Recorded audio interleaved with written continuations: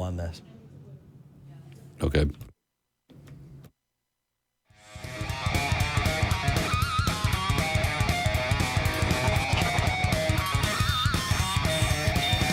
So hot. When are we going to stop doing this, Jamie? Okay, let's go.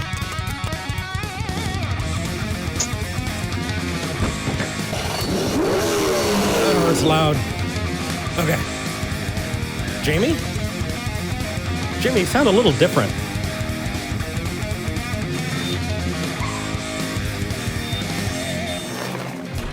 What? What? Hey. What?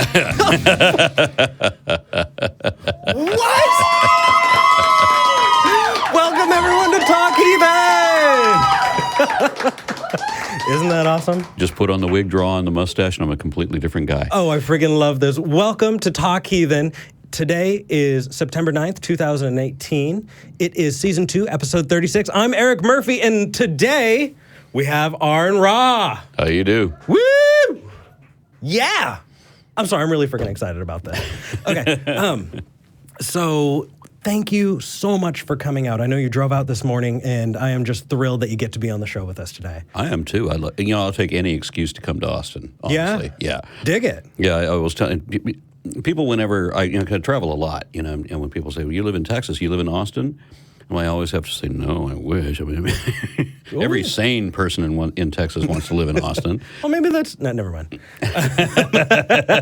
So I'm obviously showing a little bit of bias. I said sane when obviously the weird people are the ones that want to live in Austin, and clearly I'd identify more as, sane. Yeah, weird. I'll take weird. I like weird. Weird, yeah. So I have. I forgot my rum. My coffee's not strong enough. We can fix that. Yeah. We'll fix that. We can make my coffee stronger. We have the technology. So I actually have a whole bunch of announcements to get through before we get to calls. All right. And you're saying you want to get to Austin more? Well, we have got so much stuff going on. It is wild, and I want to make sure that people know what's going on. So to start the speaker series, we are rebranding our speaker series, and it is a big freaking deal. I'm so excited. Our first speaker is going to be Jim Helton, who's with American Atheist. It's going to be next weekend from 11 a.m. to noon. And then after the show, after he does his talk, he's coming over and he's going to be on Talk Heathen. Outstanding. So I know Jim Helton. I like Jim Helton. I like the way, since he became involved in that organization, he's done so much good for it. And not just, of course, that organization was not intended to do just good for itself. It's bettering the community, and he seems to be all about that. Yeah. I'm really, really excited to have him out. And then we are going to continue with the speaker series by having an Aron Ra? Aron Ra? I think it's pronounced Aron Ra, yeah. Yeah. Aron Ra is going to be doing our second speaker in the series in October. So you're going to be coming back. Wait, what date is that? Details to follow. Okay, good. We have it scheduled out, but I don't have it written down because I'm not prepared. Okay, yeah, because I'm trying to remember my schedule, and it's kind of crazy. Yeah? How We'll fluid it it. Yeah.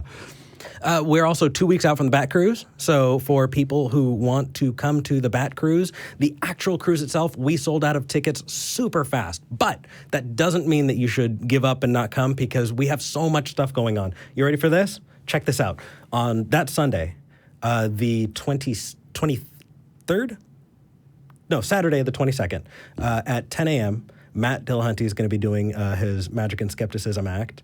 And then we're going to break at noon, and from 4 till 6, Mandisa Thomas is going to be talking. She's here. She will be here in 2 weeks, right? Mandisa, who is the president and founder of Black Nonbelievers.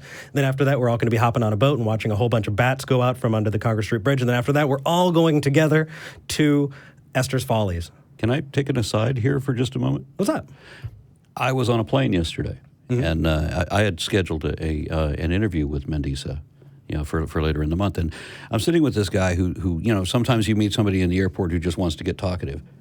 And I don't like to tell people a lot about myself because I don't want to lead, I know where the conversation is going to end on a 3-hour flight, you know what I'm saying?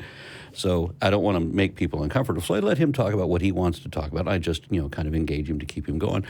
And he at some point in this 2-3 hour flight, he tells me that he's a black man. His family's black, so they're all about religion. And he says to me, but you know what, I really don't buy into all that.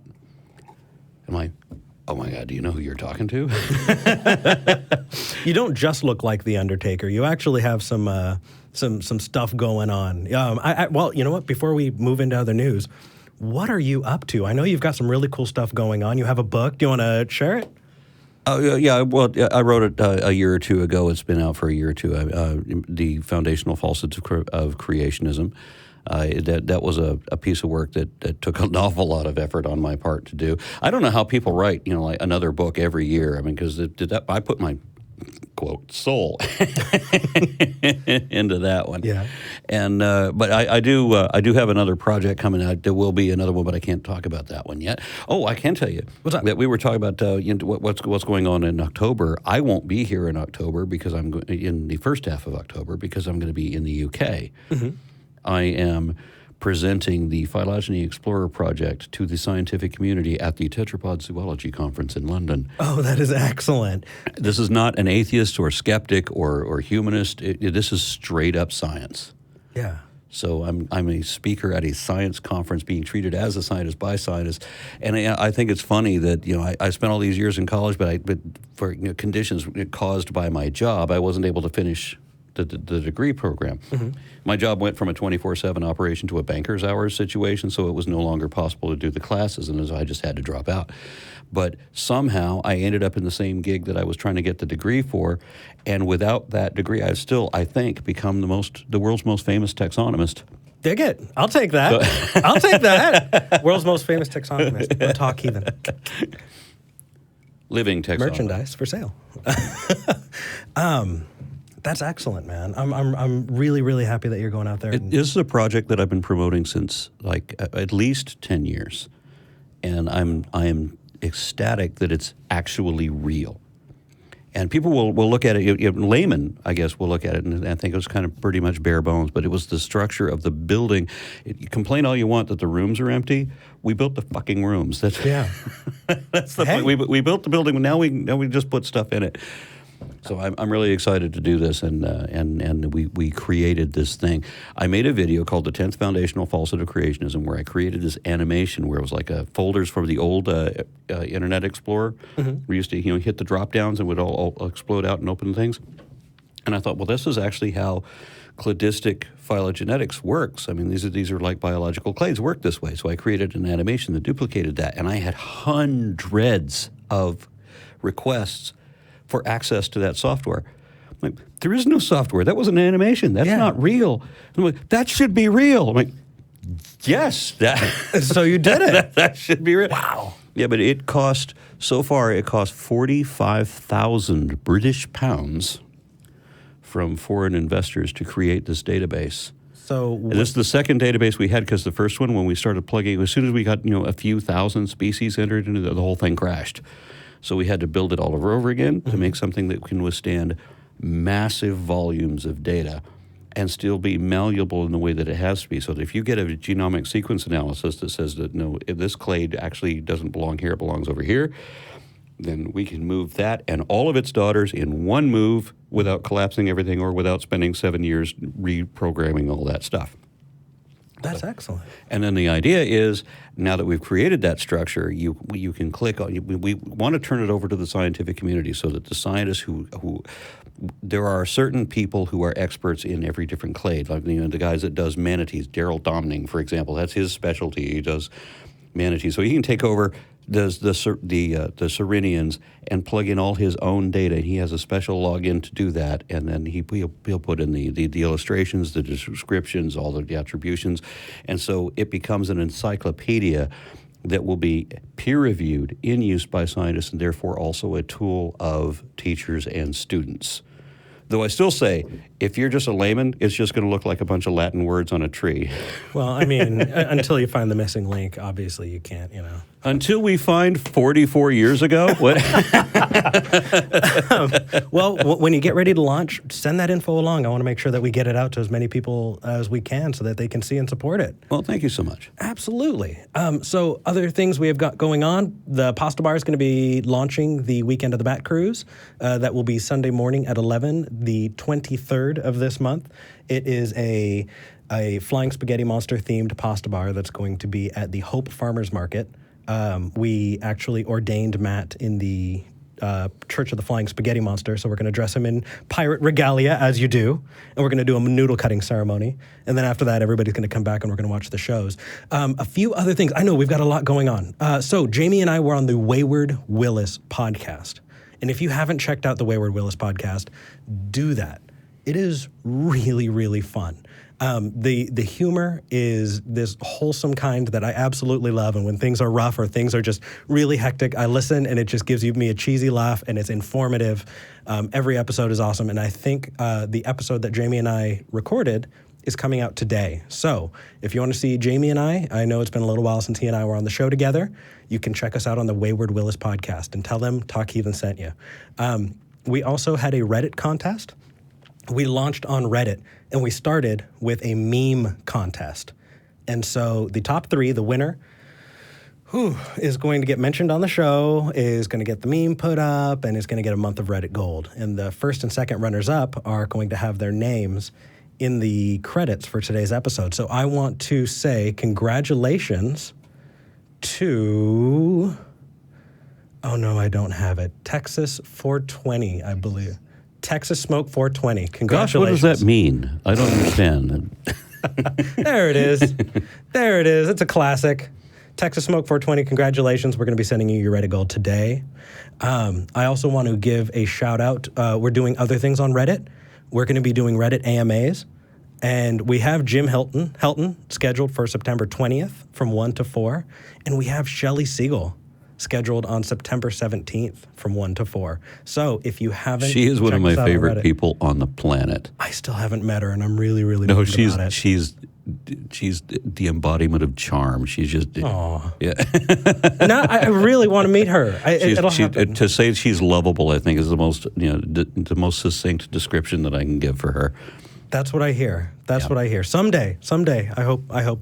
Shelley, I think you're awesome, and I can't wait to work with you on the Reddit AMA and other projects in the future.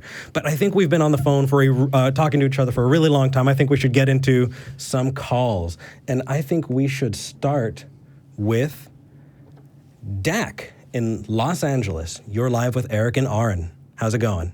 Hi, Eric. Hey. Pronounced Doc. It's pronounced Doc, actually. Oh, like Doc and Marty?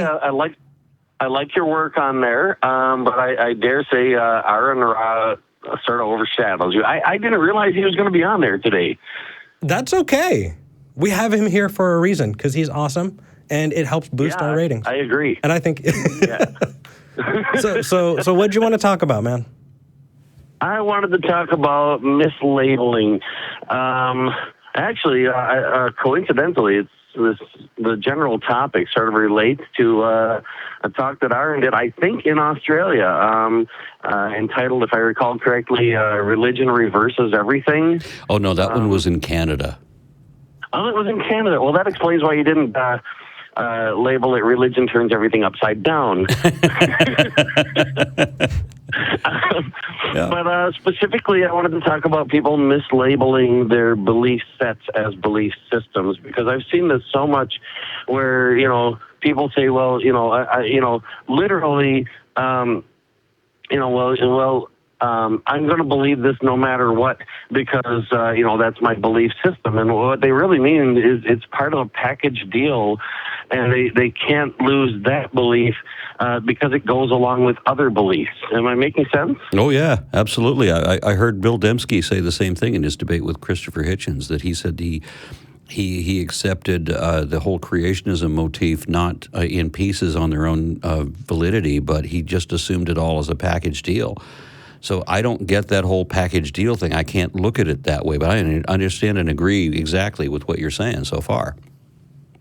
Yeah, I mean, to me, it's sort of like, and I don't think they see themselves doing it, but it's like I believe A because I believe B, and I believe B because I believe C, and I believe C because I believe A, and I believe A because I believe B. Mm-hmm. You know, and it's just totally circular, and they see that as a belief system, that their proof of everything in the system is another belief in the same system. Well, so long as you take it all as true, it's internally consistent. What you really need to address is the epistemological underpinnings to it. And you need to say, hey, is this a good tool to determine whether or not something is true? So, yeah, we agree. Yeah, and in that sense, I don't feel I really have a belief system. I have more of, I have a system for deciding what I believe is true, and of course, that requires evidence. So if the evidence, indicates that I believed something incorrectly, I have no problem changing my belief. But I really feel sorry for people who, feel they can't let go of a belief when you can see that they're uncomfortable with a certain belief they have, and they feel they have to hold on to it for dear life, lie if necessary, do anything it takes to not let go of that belief because it's part of what they call their belief system. I think maybe it would be helpful if at least some of these people could recognize that they're mislabeling it, that they don't really have a belief system, and maybe they should get one or get a system for telling what's true, and recognize that their package of beliefs could be scrutinized individually, and if they have to let one of them go, maybe adjust the other ones as necessary to fit reality instead of trying to make reality fit what they've convinced themselves they have to hold on to believing. Yeah, no, I'm not an authority, and even if I was an authority, I'm certainly not going to be beyond question, not for a skeptic. But the way that I understand a belief system is the belief system is defined as having prohibited beliefs and required beliefs. There are certain things you have to believe and certain things you are not allowed to believe, and you have to hold to both of these requirements.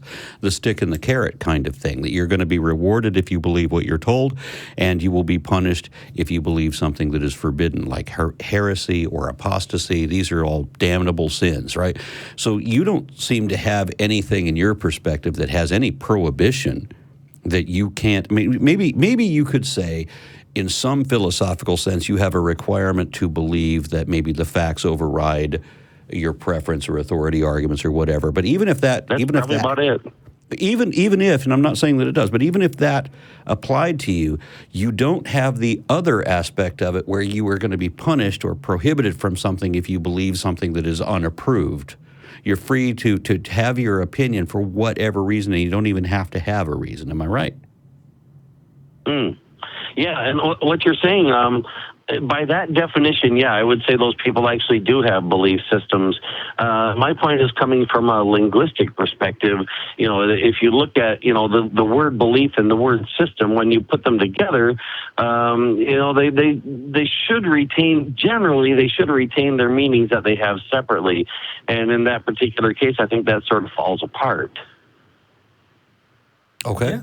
All right.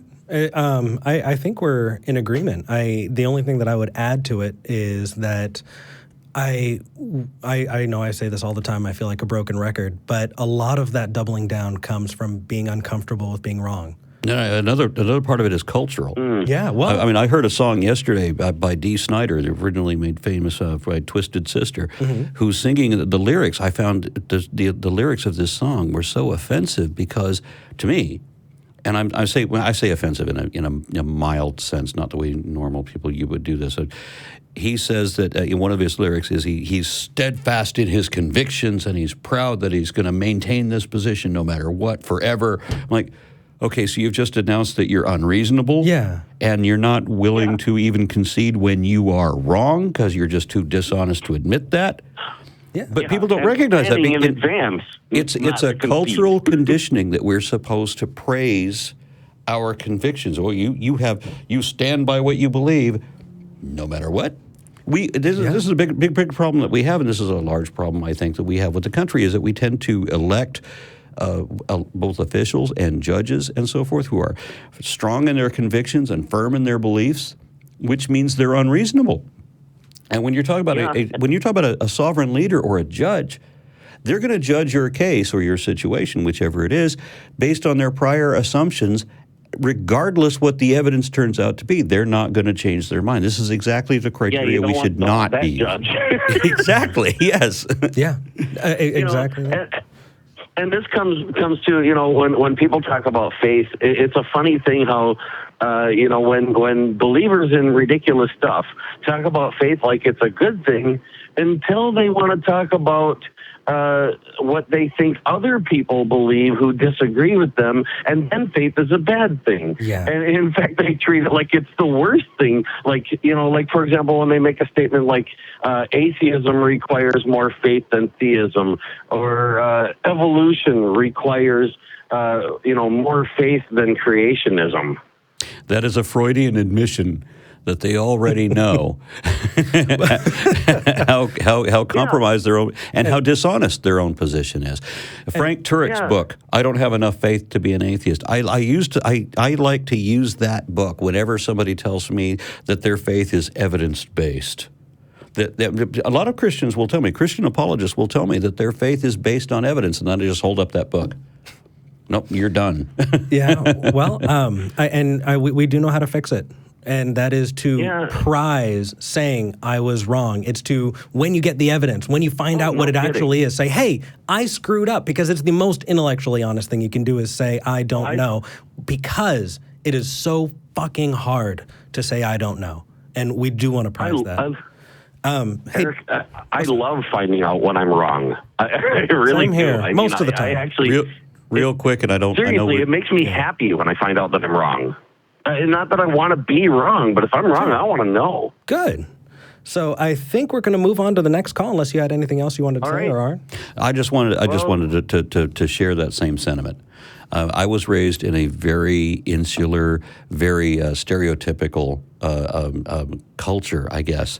And so when I get out of that, like especially when I went into college and I got to see that, people from other countries, for example, are not the way not the way they were painted to me. Mm-hmm. I didn't even realize I had this prejudice.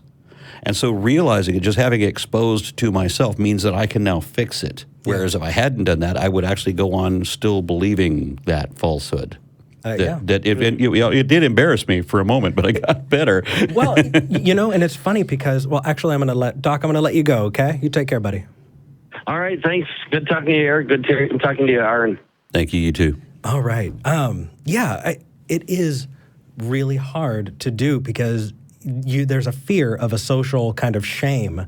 But when I've messed up, even on this show, when I've messed up and I go, oh, crap, I was wrong about something, here's the correction, every single time I've had people in the comments and in real life just say, we value that. Thank you for admitting when you're wrong and not doubling down like some fucking jackass who, it's important is what I'm trying to say. And I keep going on about it, but we have some awesome callers that we want to get to. I do see a couple lines open. So if you want to call, now is a good time. If you are a religious caller and you want to call in, we'll move you to the front of the line.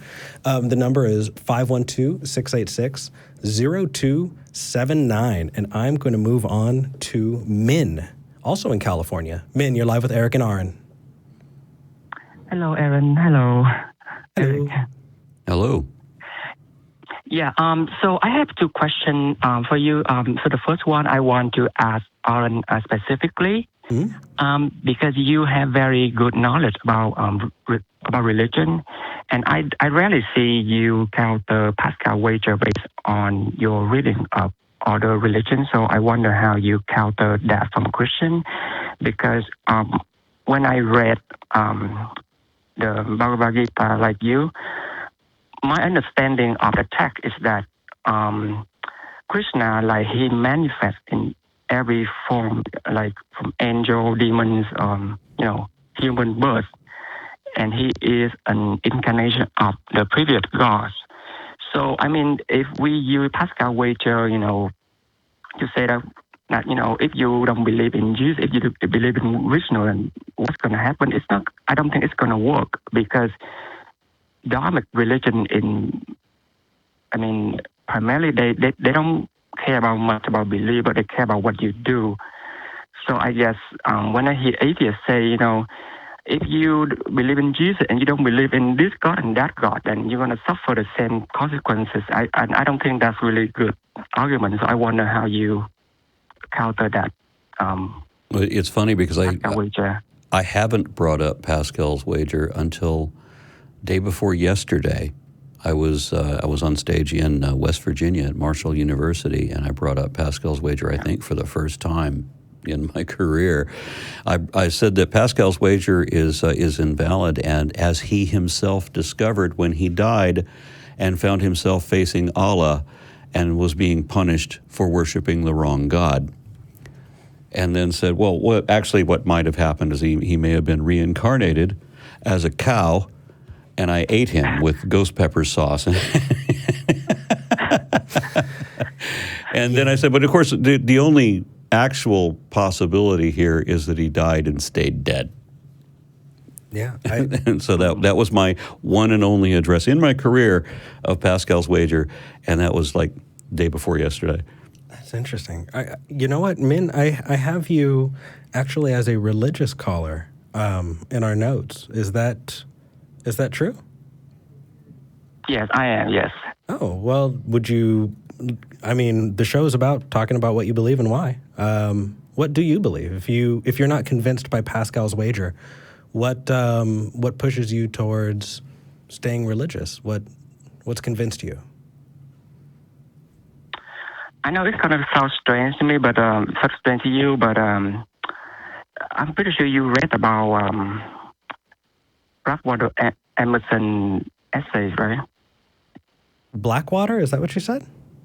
I'm sorry, Ralph Waldo Emerson essays. Oh, Ralph Waldo Emerson's essays. It's been a long time. I was an English major at one point, but... Yeah, so my belief is similar to him, which is called transcendentalism. I think, I don't believe like supernatural thing, but I do believe that probably there's something like a higher cause than, our flesh and blood. And I'm sorry, what is that? Well, I was going to say that's a common theme. I mean, Spinoza and Einstein both said that they believe in a higher power, although Einstein was eventually forced to concede that what he means by that is not the traditional concept of a god. So I have friends that want to object to the atheist label because they say they think that atheist means you don't believe in anything. And I said, well, I believe there's something. I'm like, okay, yeah, we all believe there's something. Is it a god? Right? And when you talk about higher power, I think that it's interesting. There was a poll done, the American Association of Scientists. I can't remember what the actual name was. I'm muzzing that up. But there was a poll of a scientific organization where the poll asked, do you believe in a god or a higher power? And they only meant the phrase or higher power to clarify what they meant by a god. But the scientists took that to be a choice.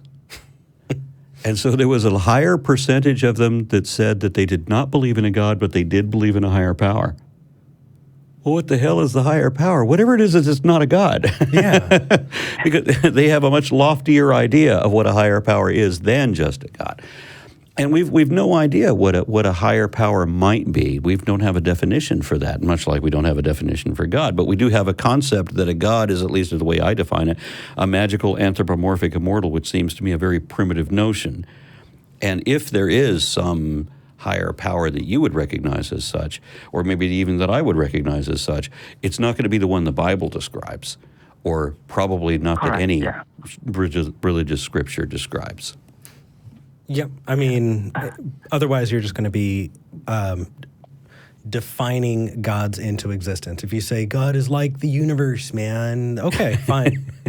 That's good. I guess my only objection there is that when people say I believe in a higher power, or they think that just something is out there, what you do is you can leave the door open to magical thinking. And I warn against it because we have one life. This is the one world that we get to share, and we do our best to try and live it by understanding concepts and creating this shared experience with each other. And that depends on us being able to understand things and communicate those things to each other in a clear and cogent way. And saying there's something that you really do think is out there, it can be damaging. And so I would just suggest to you, hey, maybe there's not. But if there is, okay, take that when there's evidence. But don't take that there has to be something out there just 'cause. Because when you do that, you open up the door to a lot of snake oil, to a lot of woo, to a lot of people who will come in and take advantage of people who just want to believe in something but don't have a good reason. And so I know that can be really tough to hear, but that is the most loving thing I can say to you. We also want to clarify that when you say you believe something, you might only mean that you suspect that there might be. But the word believe to me implies something else, and it implies something else to believers too. When I say that I believe something, it doesn't mean just that I think that something is possible. It means that I'm convinced that it actually is so, but I can't prove it. And when a believer says they believe something, means that they make believe, they pretend that it's real, they convince themselves that it's real regardless whether it's real or not. And I don't think you're in either of those other two categories. I suspect by the context of what you're saying that when you say you believe it, that you suspect there's a possibility, and I'll grant that. So you and I are on the same page in that context.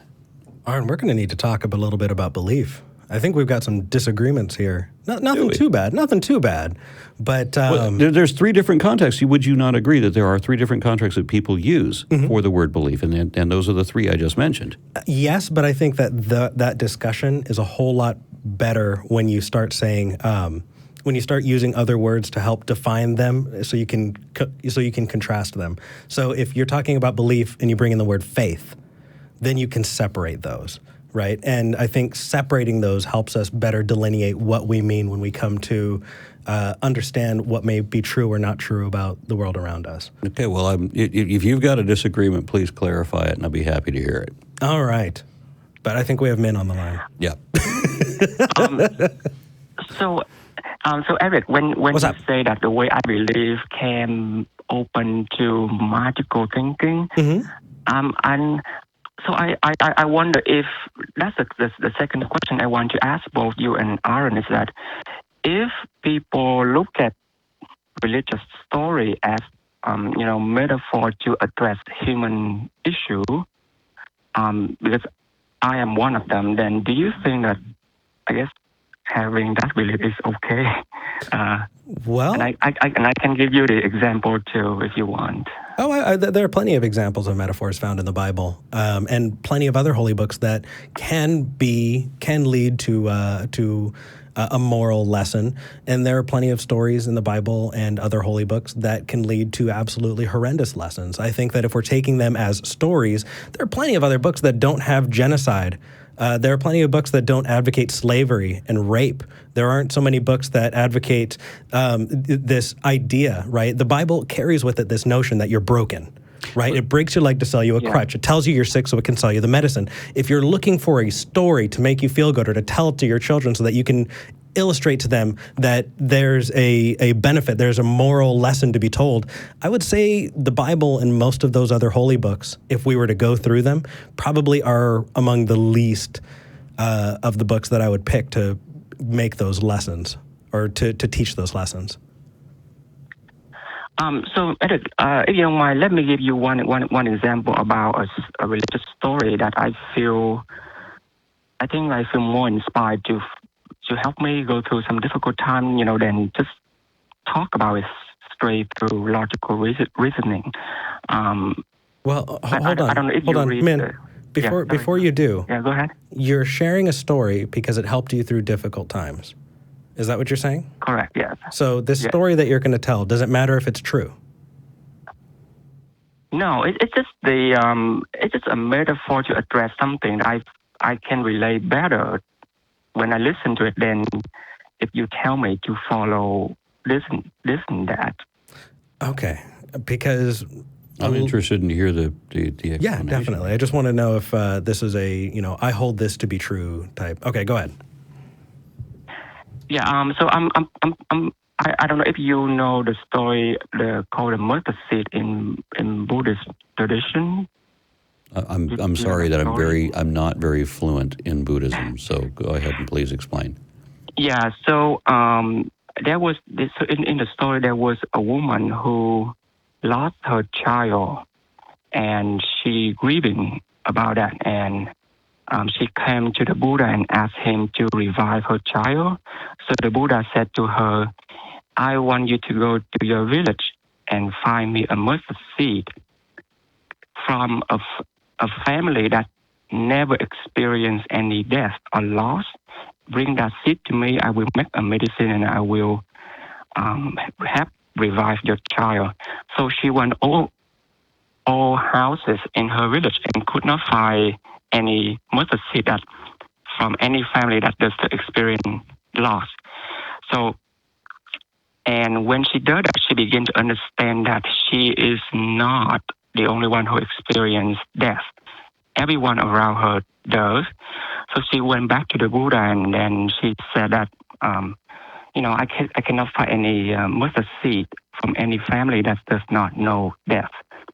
So the Buddha said to her, yeah, so you see that death is a natural part of life and you are not the center of the universe who experience this. So when you instead just engage to other people who experience loss, so you can,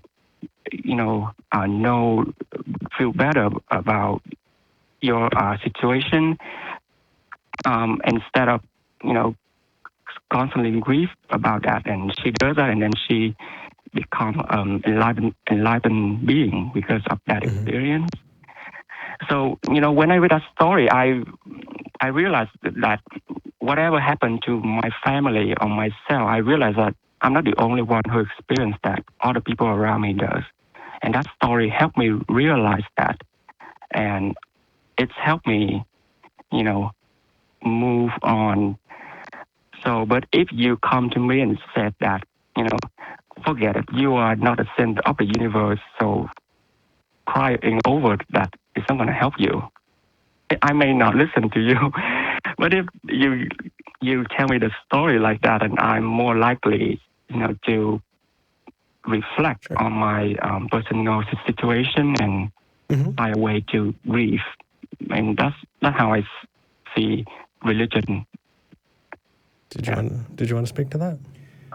My relationship with Buddhism is strained and somewhat hypocritical because I rejected the idea that bodhisattvas would be presenting about renunciation and life is suffering and that nothing is permanent, everything is lost, and it all seems so hopeless when you hear the Buddhists describe it. Yet when I talk about my own death, I say when either of us dies, that everything that was once us will be reduced to a couple dozen pounds of ape meat going bad, and I'm okay with that. Yeah. But I'm not okay with the Buddhists saying essentially the same thing in different words. It just sounds better when I say it. Yeah, I feel somewhat hypocritical in that. That's all right. I think that as we experience and as we go through and understand, our own mortality, it takes time. I know when I was coming out of religion, that was freaking terrifying. The fear of hell, the fear of death, the idea that I'm never going to get to see the people that I love again was rough. And again, Minh, I'm glad this is something that gave you peace, but this is something that you also agree probably didn't happen. Even if it did, it's not.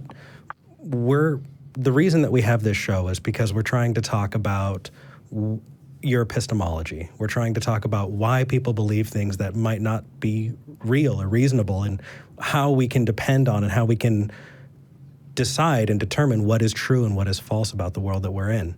And while that is a while that's a very sweet story, Minh, hold on just a second, I'm almost done. While that's a very sweet story, I don't think that is redeeming of religion. I think that there are some wonderful stories out there. I think there are things that we can tell each other to be there for each other, to teach empathy and kindness, to show that you're not alone in this world.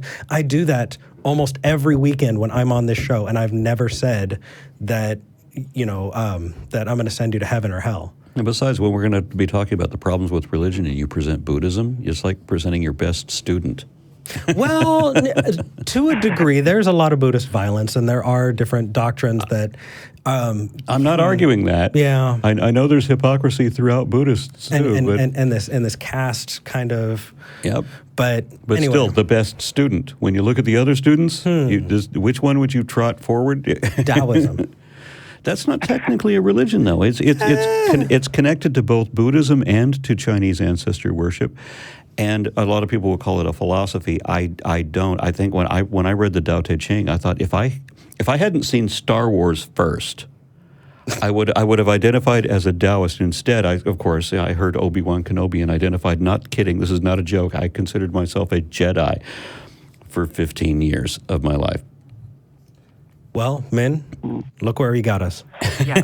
I blame you. Yeah. So, yeah, I have to be honest with you that even though I am a believer, but I will admit with you that I tend to be rational in many areas in my life, but when it comes to areas such as love, altruism, dealing with suffering, I don't know, it seems like reading a biology book or physics book does not help. But actually, when I read a religious story or a religious text, it seems to resonate to me somehow. And of course, I don't believe in the supernatural aspect of the story or the teaching, but it served me like a prism. Like when the sun shines through a prism, we see 7 colors. And I'm only able to see that if I without that with that prism. So a religious story is like that. It's not the thing that I rely on. You don't think it's necessarily true. You haven't been fooled by it. You find there's a parable. You accept it as a parable, and you find some beauty in the tale. That's perfectly admirable. I don't have a problem with that at all. If you call yourself a believer, though, and you say that that's just a tale that you don't believe, I think that provides ammunition. Well, that's why I brought up before that when Minh says believe, I feel in the context of everything else being said here that the word is being applied as though it was, I suspect that there is a possibility of this thing. Yeah, that's just my emotional reaction to the circumstance. It's not like an evidence that something actually exists. It's just my feeling. So can I make an admission to you as well? I have a motorcycle that I really love that I've put an awful lot of miles on. I've had for many years. I feel that I owe that motorcycle some kind of devotion or care because it served me so well, as if the motorcycle would ever be offended if I rode another bike or something like that. So it was completely irrational. I get that. But, we're human. We have some irrational capacities. It's best to recognize those. Yeah. And I don't think it makes me a worse person for thinking that, I actually should take better care of my bike than I do. Well, it's nice to anthropomorphize some of those things. I'm wearing a pair of boots that I absolutely freaking love, and I probably pay more attention to those boots than I should. So I get you. I get you. Hey, Minh, I think we're going to move on to the next call, but this has been a fun talk. I really liked this. Yeah, thank you so much, Eric. Thank you, Aron. Thank you. May the force be with you. All right. Come on. I don't have a lot of openings like that. Yeah. Got to take it. So let's see. We have lots of atheists on the line, but I don't see any theists. So if you're a religious caller and you want to call in, now is the time. Do it. Be that person. 512-686-0279. And before we move on to the next caller, I actually have a couple more things to do. Number one, I want to say that we have 820 people watching right now, and we have 104 upvotes. So come on, hit that like button. Let's get out there. Let's get people to see this. Also, if you like what we're doing and you want to support and see other things that the ACA is doing, check out our Discord. The Discord is growing. It's exploding. We've been having some really, really cool people on to do Q&As. And this upcoming week, we are going to have Mr. Atheist himself Jimmy is going to be on our Discord. So please make sure you get the chance to catch that. Also, I want to plug our Patreon because we have some amazing Patreon supporters. And I want to plug our top 5. So right now, in order, Janet, you have been unseated. Nando Gonzalez, thank you so much, our number 1 Patreon supporter, followed by Janet, Dale Smith, Wellington, and Robert. 1, 2, 3, 4, 5. Robert Newhouse. Thank you so much for supporting us. It is your support that keeps us going. It keeps these lights on. It keeps that camera running. It keeps us able to keep this building open 7 days a week where we can get a live studio audience. Woo! Please, if you can support us, do. You can hop onto patreon.com/talkheathen-to-me. And for $1 an episode, you can keep us running. At $2 an episode, you can get the podcast ad-free, $3, specific things on YouTube. It's just, please consider donating if you can, because it really does help. Now, we're only halfway through this episode. We have a lot more to go. I think we've talked to a lot of people in LA. How about we move to Nova Scotia? Jerry in Nova Scotia. Hello. Hey! How are you doing? Good. You're live with Eric and Aron. Great. So what did you want to talk about today? Well, I think I have a really good analogy or metaphor to explain your atheism to someone who doesn't really get the explanation that theistic claims haven't met their burden of proof. Okay. Okay, so... Do I have to toss out the gumballs? Is it time for something new? Have you seen the gumballs? You know the gumball. Oh, yes, indeed. Okay, so... Guessing the number of gumballs? Okay. Go ahead. Basically, okay, let's imagine I'm standing at a roulette wheel. I'm sure you know what a roulette wheel is. I used to live in Las Vegas. Yeah. Right. Okay. So, but instead of numbers on the board, it's all the various faiths of the world and the denominations within. It's a pretty big board. Okay. And let's just say that I can get to all the spaces easily. Okay. Okay. Now, I'm holding on to a chip, and this chip represents my belief. And what I mean by belief is my confidence in something being true. Okay. Now, let's say there's a representative for each faith behind me. All of them, the most fervent believer in their particular religion. And one of them is going, oh, put it on Shintoism. And another one says, no, put it on the Muslim faith. Mm-hmm. And yet another tells me, don't be daft, put it on Hinduism. And okay. If you're there and you still believe, you'd be telling me to put it on Christianity. Right. Okay, so there's one of 3 things I can do here. I can leave the casino with my chip, saying not even God himself would convince me to put down my chip. Okay. The second option is I could turn around, I could listen to everyone who's telling me where to put my chip. I could choose one of them to believe and then put my chip wherever I want to, let the ball spin around in the wheel and land wherever it lands. And if it lands on my spot, I get the prize of heaven, whatever, right? Mm-hmm. Okay. And then there's the third option where I can hold on to my chip until the actual God shows up to the table and tells me where to put that chip. Now, which one of those 3 options do you think is the most logical one to take? I can actually help you with this one if you'd like, because in this analogy, that wheel is infinitely large. The number of places that you can put things, right? Because otherwise you get this Pascal's wager type situation, but we don't know how many religions have been out there, and we don't know how many more religions are going to be created after us. And so in this situation, you have a board that is wider than you'll ever be able to reach. And it doesn't matter how far you throw your chip, you'll never be able to put it on any one spot because it can be anything. And so in this situation, you are in a vast, vast area where there's no end. There's no end to the wheel. There's no end to the spots that you can put things. And so I don't think putting down that chip would be reasonable in any point. But even if the actual higher power showed up?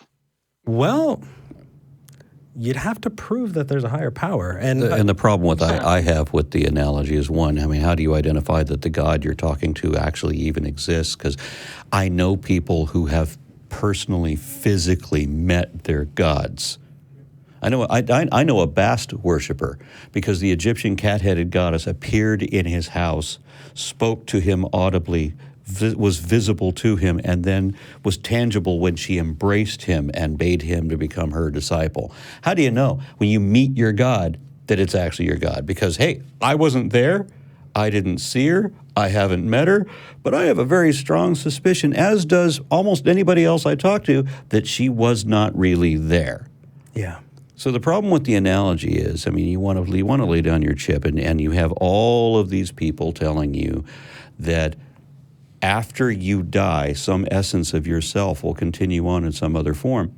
And you're expected to put down something, your chip on a roulette wheel, that it's one of the thing that you've already presupposed, that you're going to survive your death, is according to one of these 32 different mythologies that they just laid down. That's not the case at all. It's more like, it's like being blindfolded and throwing a basketball into the hoop. Okay, if there's an afterlife, then you'll make that hoop. Otherwise, the ball will go somewhere else, and that's what the probability really is. And that doesn't even go into the idea of, if there's a God and they are loving and they put you in a situation where you have to choose, and every single poor choice is suffering and pain. I think it's not a great argument to go with. I think it's too close to Pascal's wager. And I think Aron has a really great point that you're presupposing that you will survive your own death when in actuality we have no evidence that that is the case. And it's not equal, right? The spot to put nothing happens is not the same size as Hinduism. It's not an equal choice. No. Sean, the physicist Sean Carroll did a marvelous presentation in San Diego where he explains how it's impossible for there to be a posthumous, afterlife.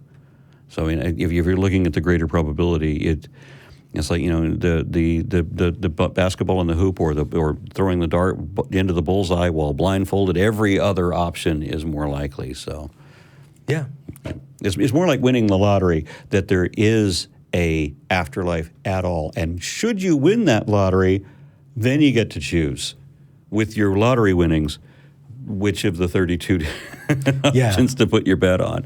But don't spend that money until you win it. All right, Jerry. This was a good call. Is there anything else you wanted to talk about?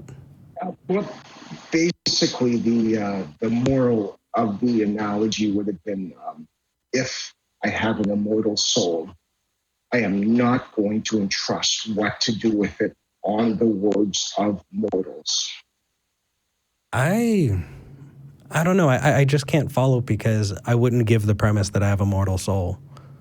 And so I can't follow past that. That's why I said if I have one. I mean, if you did, you'd still run up against the same issues. I'm trying to remember. Ambrose Bierce, I think it was, that said that faith is someone speaking with authority but without evidence about things without parallel.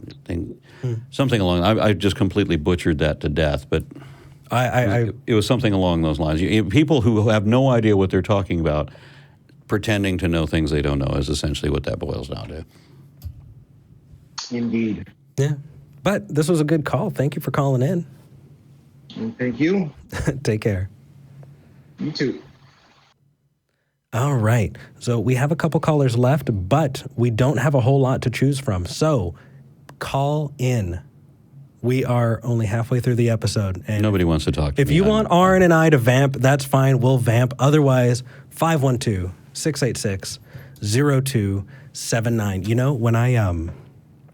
When I started doing this, I could not help but feel that way every single time. It's like there's no way that I'm going to have what it takes to stand in front of a camera and I feel like a fraud, you know, and you get that imposter syndrome. And when I met you at the American Atheist Convention this year, I was talking to one of my favorite podcasters, the CogDis guys, and they had asked me, you know, what do you want to talk about when we go up on stage? And I said, I don't know. I just want to meet all the cool people that I want to see before they find out that I'm just some guy, you know? Yeah, I gotta tell you that the last time I was on the Atheist Experience, my daughter had come down, my grown daughter, and she wants to, you know, to see me on camera and everything. I thought that was really great. Every call we got was fellow atheists, and it was saying, "Yeah, I just wanted to say that what you're doing is really great. You know, keep that up." And I'm like, "Yeah, thank you very much, much appreciated." But that's boring TV. Well, it can be, but I think that we've actually seen a couple really, really cool people come through and found their way out, and we've helped. And that is super cool. When they call in, I just want to give them this huge hug through the phone. It is awesome. All right, I think it's time to move on to Tanner in Colorado. Tanner, you're live with Eric and Aron. Oh, hey, I'm on? You're on. You're the 35th caller. Congratulations. Tell them what you want, Bob. I can't tell you guys how many times I tried calling and I would even get through it. Anyway, wow. So I watched this show for a few years, been meaning to call, and finally called. First thing I'd like to talk about is I'm in Colorado Springs right now, but here in a few days I'm actually moving to Austin. So Yay! Yeah, moving. My girlfriend's there, so gonna move in with her and. Cool. Yeah. You come to Austin, things are going to get weird. And I'm telling you, watch out for the barbecue. It's really good. I gained 25 pounds on barbecue when I moved to Texas, and it took me about a year and a half to take it off. Oh, that was one of the things I'm interested in. I love barbecue. But what do you want to talk about? Because we can talk about A barbecue. few things. First thing I was what's overall it like there? Because I've actually never been to Texas. Well, you know, this might not be the best venue to talk about that. This is more of a call-in and talking about religion show. Yeah, well, I had a few things to talk about that, too. Okay. That's okay. We'll talk. We'll connect, for sure. All right. Well, on a separate note, what would... how do I phrase this? What do you guys... How important do you guys think it is to come out to, like, friends and family that you're an atheist? Because there's a lot of people in my family that have just no idea. Yeah, and that's a problem. That's a problem. See, I strongly advocate the Atheist Out program because I've seen, and probably another good analogy would be to look at like the political situation. You know, we see all this bashing of the right or the left, and it's every time you hear people making these comments about those leftists, I'm convinced they've never met anybody who's on the left. It's like the way that they talk about them. It's like there's some inhuman thing. There's something that exists in some dark region or under the couch or something. But they're not like real people, right? But when you come out and people have a face of somebody they know that actually holds that position, well, then that has to change your attitude about that, and it has to literally humanize what you previously thought. And so I was told the whole time I was growing up horrible things about what an atheist is. You know, atheists believe in nothing. What the hell does it mean to believe in nothing? We believe in nothing, Lebowski. Yeah. That's not the same thing as not believing anything based on faith. You believe? Right. Wait, when you were a Christian, they said that it's believing in nothing? Believing in nothing. When I was in church, it was you worship the devil. If you're an atheist, you actively worship the devil. And apparently the devil, according to my church, was super, super active because the devil like showed up, you know? And I never went past that, but you know, can you imagine that awkward, like we summon thee and the devil's like, all right, let's go. Yeah, anyway. That's what atheists do. I was told that they were all nihilists, that atheists had an unreasonable rejection of any possibility, that it had to be absolutely proven, or it was completely untrue. All of these are misrepresentations of what atheism is, and consequently, I would not identify as an atheist, and neither would Carl Sagan. He wouldn't publicly announce that. He wouldn't publicly describe himself as an atheist because he thought it was such an unreasonable position the way it was described to him. He bought the same lie that I was fed. And so I eventually realized that when I realized that all an atheist is someone who is not convinced, not that you believe, not that you have an active belief, a faith-based belief in no Godism, because I heard that one too, but if it's not that you're convinced that there's no God, although, ironically, I am convinced that there is no God. But previously to that, I was not convinced that there is a God. And then for the larger portion of my life, that was my position.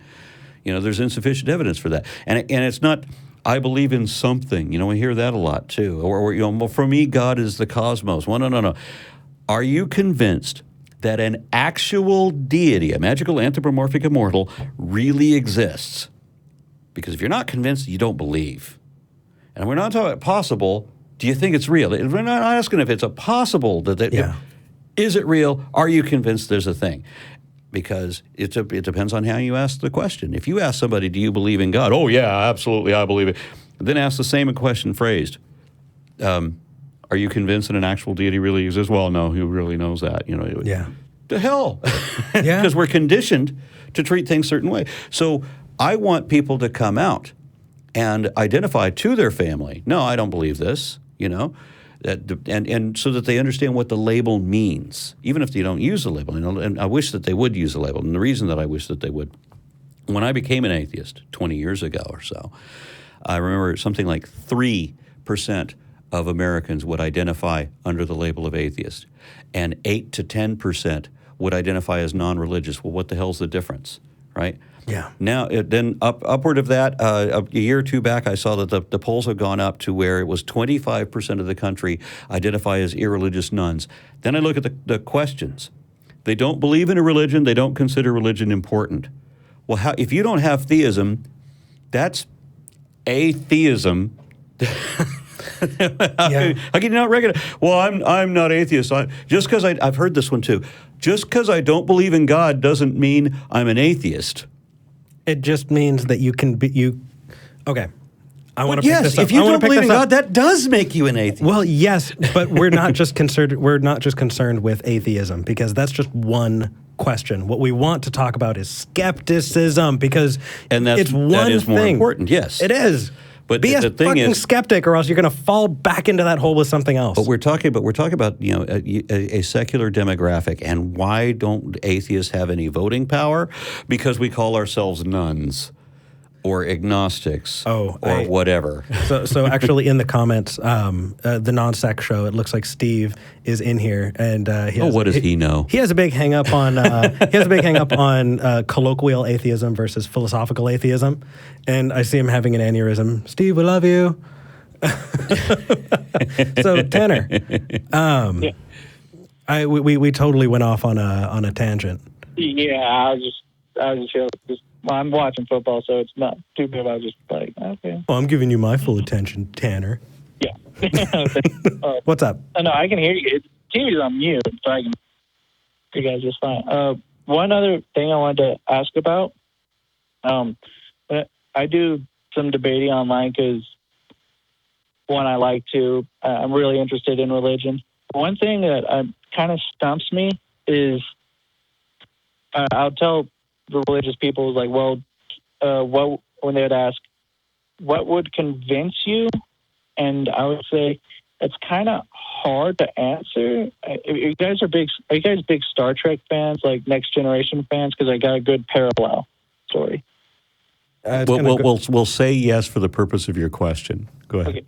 Well, in this episode of Star Trek, Picard, they go to this planet, but roughly at the same time they go there, someone else shows up, basically claiming to be their god, and of course, and the people start worshiping her, and she basically becomes a new ruler of that planet.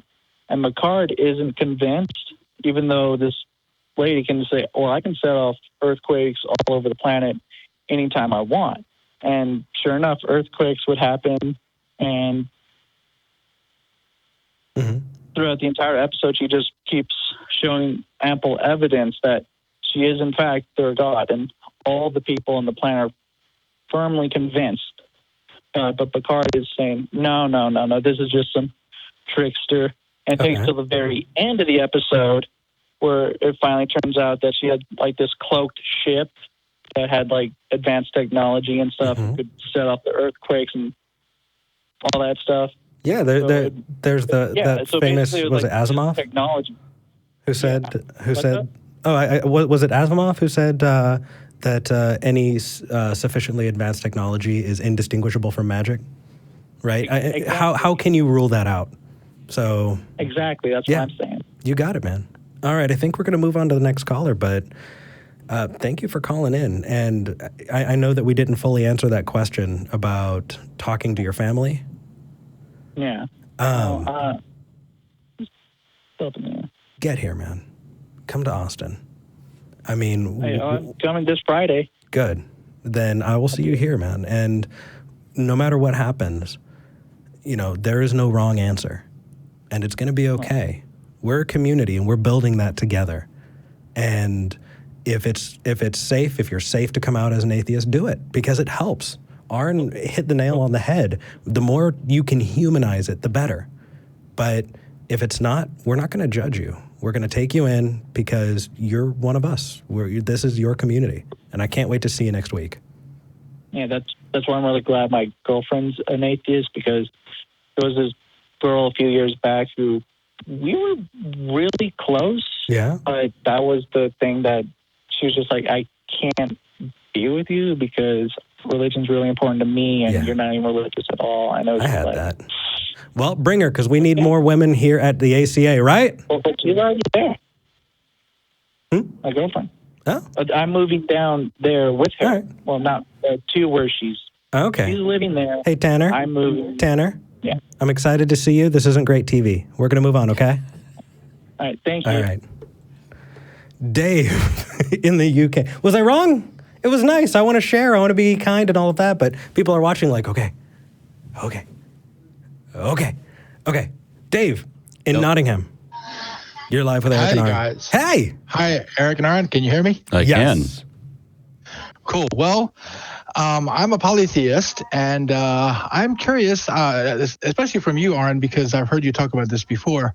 What is your feeling about polytheism, paganism, things of that nature? Well, it just means that you're wrong about more gods than most people are wrong about.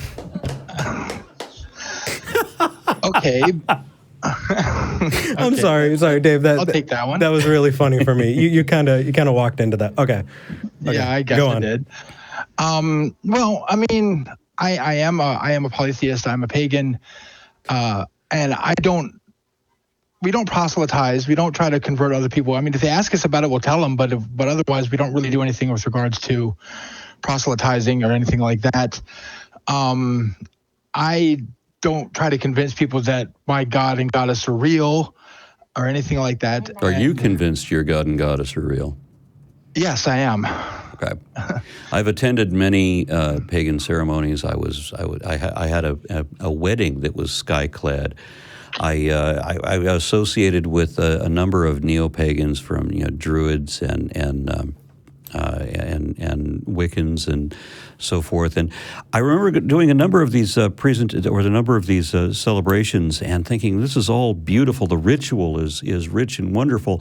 But when they call to the various deities from the four corners or whatever to watch over the ceremony, I had to look at everybody in their ceremonial garb and whatnot and say, this is really lovely, but you don't really think that Odin or Ceres or whoever is actually watching, right? Dave, do you? Well, okay. Well, actually, yes, I do.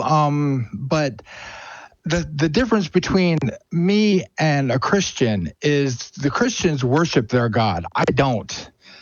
My God and goddess are my companions. They work with me. They help me to achieve my spells if I do one, which happens very rarely.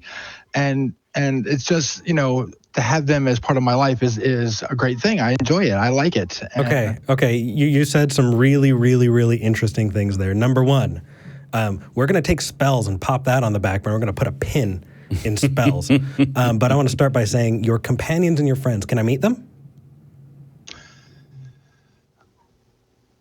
To physically like shake their hand or anything like that? No, every companion and friend that I have had, I could introduce you to.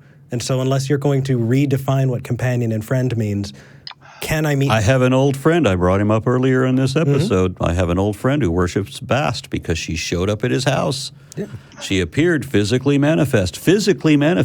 But even your friend, if I were to ask, can I meet them? Oh, of course not. Can I meet your God? Right, because it's his imaginary friend. It's just he's the only one that doesn't realize she's imaginary. Yeah. Well, from a scientific viewpoint, Aron, yes, you're right. She is imaginary. I don't think she physically exists. I focus more on the goddess than I do the god, by the way. Okay. Well, the gender I don't. So okay. Let's take that because that's just fine. You don't think that they actually exist, and so why do you believe in something that you don't think physically exist? I don't think that they. Explain to me something that does not physically exist. Are you talking about a concept or an idea? Because I don't worship concepts or ideas. If you think that there's something I don't worship concepts or ideas either. I don't worship my God. Okay. God. Sorry, you're right. I don't worship. Okay, but it gives you spell power? She helps. How? And what is a spell? A spell is okay. To be honest with you, I've been a practicing pagan for about 25 years now.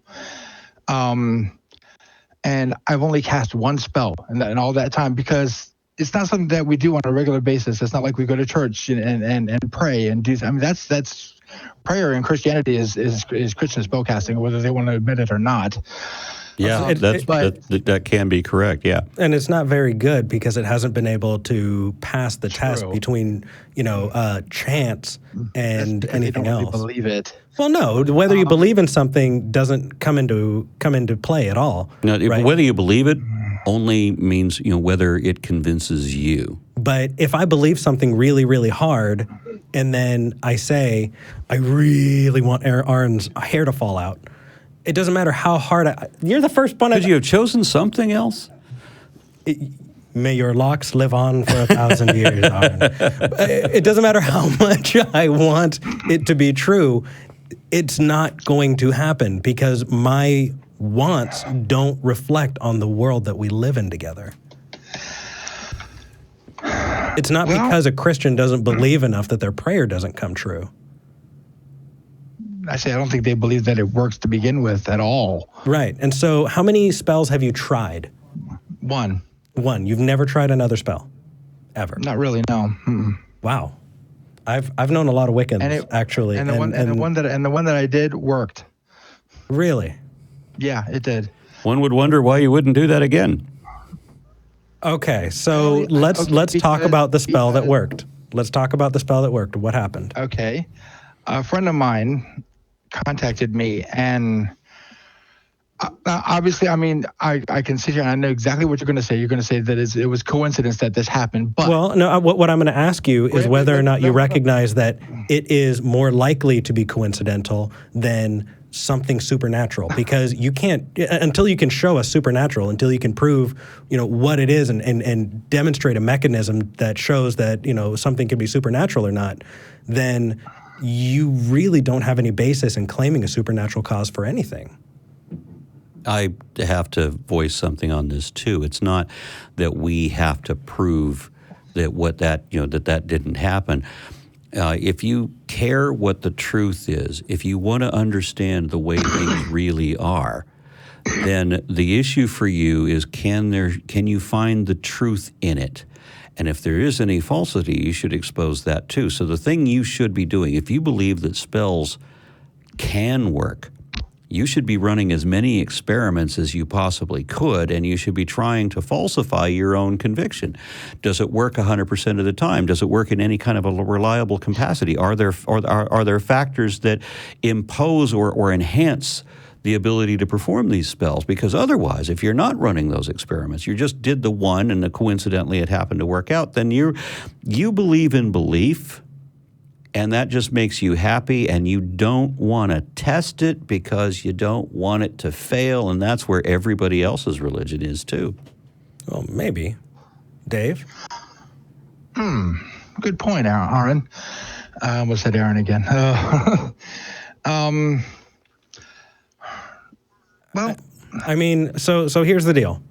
There are plenty of groups who would shower money upon you. I don't think the I don't think the $1 million challenge is still James available. Randi took that off the table after 20 years. Yeah, he had offered $1 million reward to anyone who could show anything supernatural existing. That means that spells were included. That means including psionic abilities, any of the mental powers or faith healing or any of these sorts of things, if you could demonstrate that under scientific conditions, the same way you would, if magic were real, if the supernatural were real, you would have people like Spock or Obi-Wan or Gandalf who would be able to demonstrate that. And then even if science can't explain it, because that's a big excuse, science can't explain it, but at least we can show there's a there. Mm-hmm.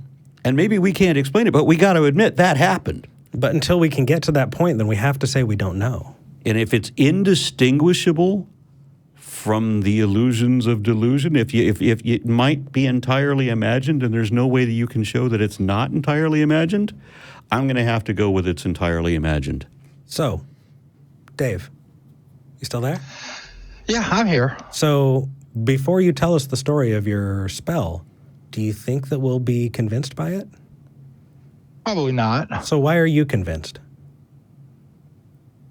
Because it worked. And is that how you come to know something is true? If it works one time, if you have magic powers and it worked one time, why aren't you doing this 9 to 5 as your job? If I could work magic powers, I'd be the wizard on the block. I would corner that market.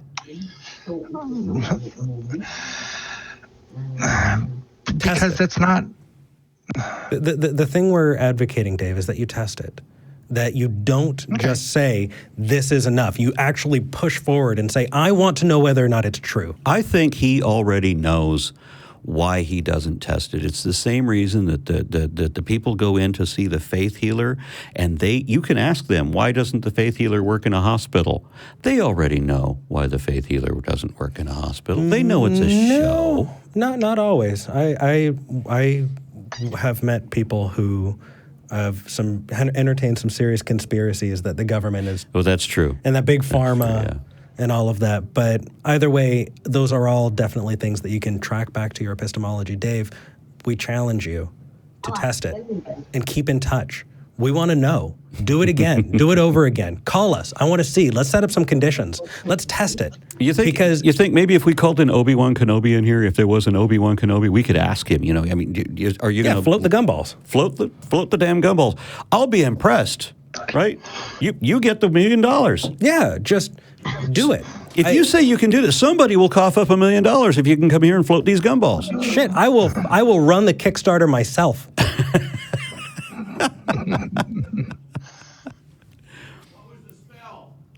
All right, we're getting what was the spell? People want to know. Okay. Like I said, a friend of mine contacted me, and her mother was very ill. And she, her mother had been suffering for quite a long time, several months, I think it was. And she wanted me to do something for her mother, something to end her suffering. Did you kill a woman? And not physically, no. But who was dead when I got there? Sorry, Dave. Are you going to make us criminally liable? Did you pray for a woman to die? No. Okay. I don't pray. Whatever. Did you cast a spell to kill somebody? No. I casted a spell to end suffering. That's what I did. Okay. Here's what I'm going to do. Okay? I this live on air. I want to say that if you can, using your spell, kill me, I want you to. I want you to try it as hard as you can. Sorry, won't do it. Yeah, well, that's because it probably doesn't. And the reason why is because of what I believe. End my suffering, Dave. You're not suffering. You're doing all right, Eric. I want to introduce you to two ideas. One of them is a friend of mine in Finland whose name is Sanal Edamaraku, and he spent over 3 hours on Indian television with a tantric priest trying to use his magic to kill Sanal. Sanal's just standing there for 3 hours of live television as this magician cannot figure out why Sanal doesn't die, despite him lobbing all these spells at him. And then, if that's not good enough or it's not entertaining enough, a much shorter experience would be to look up the video by Tim Minchin called Thank You, God, that will perfectly relate to your experience and it probably will illustrate what really happened. Please don't accept that one. It will also experience. absolve you of guilt. Yeah, seriously, right? Don't accept that one experience as something that you're going to base your life around because there's so much more. If you really care about what's true, then test it. I do care about what's true. Then test it. Yep, because if you can't show that there's a truth to it, then there's no truth to it. Call us. We'll help you test it. I will personally help you test it. Do you think that it's true? No, hold on. Will you test this spell? Sure, I suppose. Okay, will you get in touch with us so that we can work together and come up with the conditions that we'll both agree to that you can test a spell? I suppose. Okay, you can send us an email, mail@talkheathen.com. Send that in. We will follow up with you. I will follow up with you, and we're going to test whether or not that's true. Okay? Okay. All right. I've challenged many witches to show me, do a spell, any kind of spell that we can actually test to see if it actually works. And I couldn't even get them to tell me. They would cast the spell, and I said, so what's supposed to happen? Yeah. You'll know when it happens. Okay, well, when is it supposed to have happened by? Eventually. You'll know. So I'll never know. But Dave is going to prove us wrong, and he's mine, dibs. Dave, sound good? Okay. All right, take care, brother. Bye. Bye. That was fun. Well, we've got another theist on the line. We have Jared in Wisconsin. Jared, you're talking to Eric and Aron. Hey, how's it going? Good, man. How about yourself? It's good to talk to somebody that's willing to have a conversation. You too, Aron. I'm a big fan. Thank you so much. Dude. I love your abrasiveness, Aron. A few people do, but thank you. Some theists need slapped around a little bit. I may be one of them. Okay. But that so far remains to be demonstrated. But what you got? If this is some kind of kink and I need to leave the room, we could save that for the Patreon content. Hey now. What do you got for us, Jared? All right. So a lot of times I hear atheists, more activists. They talk about how they struggle with their family. They're afraid to come out, which I totally get because I understand how some people are. Now, in the past about 4 years, I've kind of immersed myself in the atheist culture. I don't know if I want to say that because there's all different breeds, but that's true. Catch my drift. Yeah. Well, every time if I go to a conference, a convention, a speaking engagement, I attend these as a theist, not to interrupt, stand up, and throw my Bible at people's faces. I want to have a conversation after it's over. After the event's over and people are mingling, talking, whatever, I love having the talks. Sure. And as soon as I'll chat with people, I'll talk with people, everything's laughing and fun and good and everything, until I mention I'm a theist. And then things get awkward. Sure.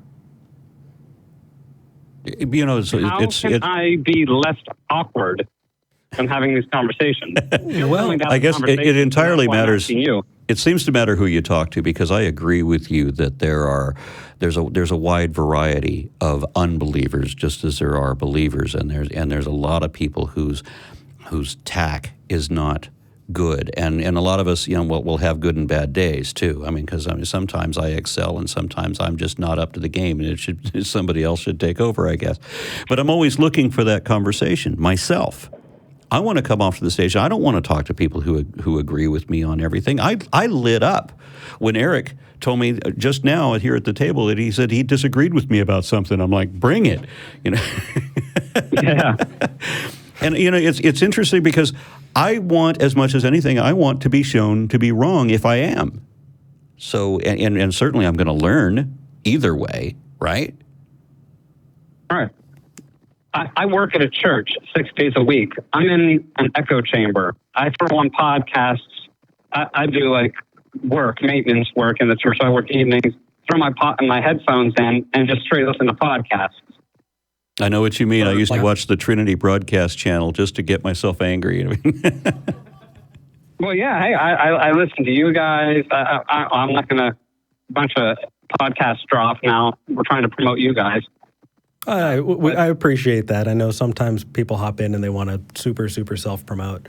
But so I think two things. Number one, I'd love to answer that question. And number two, I'd love to get into at least a little bit of the kind of things that you want to talk about. So first, Aron got it. There are a whole bunch of us, and some people are going to be up for talking, and not everybody will be, and some of us will be super up for talking. If you find me at a convention, the trick is you buy me a beer, we sit down, and we will talk for hours, because that's my jammy jams. That is why I'm here. I love that. And I suspect that Aron does too. I do, yeah. And so just we're different. We're all different people, and some people have experienced a lot of pain from the church that they were in. They've suffered. Some people have lost everything, and they're not ready to talk, or they might never be ready. And that's something that that's okay. But there are those of us who are willing to talk, and so I think that you stepping forward and being forward about it, helps. Don't spring it on them like a trap, but being clear about what your intentions are and what you want to do means that people can be ready to talk about that kind of thing, because not everybody is. But what kind of things do you want to talk about? Why do you believe? Well, what do you believe? And if you watch this show a whole bunch, what are your answers to that? Because if you watch this all kinds, then what are we not getting that you are?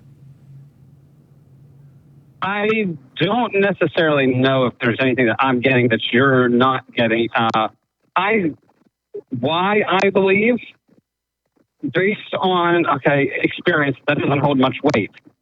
See, I know most of the answers given don't hold much weight with someone that doesn't believe. Experience means nothing because you can't experience what I've experienced. I spent some time as a neo-pagan occultist, and I deceived myself into believing a lot. I saw things and heard things and felt things that it was a painful experience for me to realize that I remember these things happening, and to reconcile to myself that they didn't actually happen because they couldn't happen, but I remember them happening. Does that make sense to you? That makes sense. Now, what would... Now, try to look at it from a Christian or a theist or anybody else with that believes in a deity, their perspective. I hate to say atheist on one side, theist on the other side. I don't like, because if there is a God, I don't think he looks at people and says, hey, they're a Christian, they're a Catholic, they're a Protestant, they're an atheist, they're a Muslim. I don't think he separates, if there is one, which I agree there is. And even if there isn't a God, I'm in the same boat with you in that I don't want to contribute to tribalist or dichotomies to categorize people. So it sounds like your God is pretty loving. Well, no, he can be a bit. This is a baited question. The word you use, your God, and well, your God is different from the guy who called in earlier who had a definition of a God. We don't provide definitions for religious callers. We let them give us their definition so that we can speak to them and not a straw man of them. Well, what is a very generic, broad definition of God? The one I use To my experience, looking at all of the gods that I'm aware of, I mean, you can't create by definitional fiat a definition of God that excludes the hundreds of gods that were worshipped by millions of people for thousands of years. So if you're going to describe what a god is, that has to be an inclusive definition that applies to every god that is universally accepted as such by its adherents or devotees. And so for me, that definition has been that a god is a magical anthropomorphic immortal. Would you agree with that? Being? A magic anthropomorphic immortal as a descriptor of your God? Something beyond. No, I can't say something beyond. Well, beyond to my. I don't know. I like the what word. I know is I just like further. supreme being. Supreme. The supreme. So like Mila Jovovich in Fifth Element. I mean, you could do a lot worse. If there, hey, thank you. I know, right? I'm married. I'm not. Go ahead. No, and it's okay. It's okay to be attracted to people. Doesn't mean you need to act on. No, go ahead. Sorry. You know, I mentioned this one to me the third time I bring this guy up, where my friend who worships Bast. I understand why he worships Bast. She's the Egyptian cat-headed goddess. She's always depicted topless. If you're going to pick a god to worship, that would you could do a lot worse. You could do a lot worse. But like, if there was a being like that, like the Fifth Element, or if there was a being that had, if there was a person that had magical powers, they could be looked at as a god. Yeah. I mean, I have no problem with that. Something that's, which is why something that hasn't been experienced yet. I mean, who knows? We could evolve into having a sixth sense. Well, we have a lot more than five senses. But I get what you're saying in the colloquial use of it. The thing is even if we did develop to change our surroundings such that we developed another type of sense, that still wouldn't be magic because we could still explain that and it still exists in a naturalistic world. So where does this deity of yours fit? And I still want to say that if magic existed, Obi-Wan or Gandalf or Spock would be able to demonstrate that. Even if science can't explain it, we've got a thing that we can't explain. But right now we just have this nebulous deity. We haven't really pinned it down anywhere. Is there somewhere that we can like talk about its attributes? Well, if it's outside of reality, which, oh my goodness, we're going to have a long conversation about reality too. Well, that often goes with the territory, doesn't it? Yeah. Yeah. Well, what is reality? Like your reality and what you experience. I mean, reality is based off of experience. Would you agree with that? No. Okay.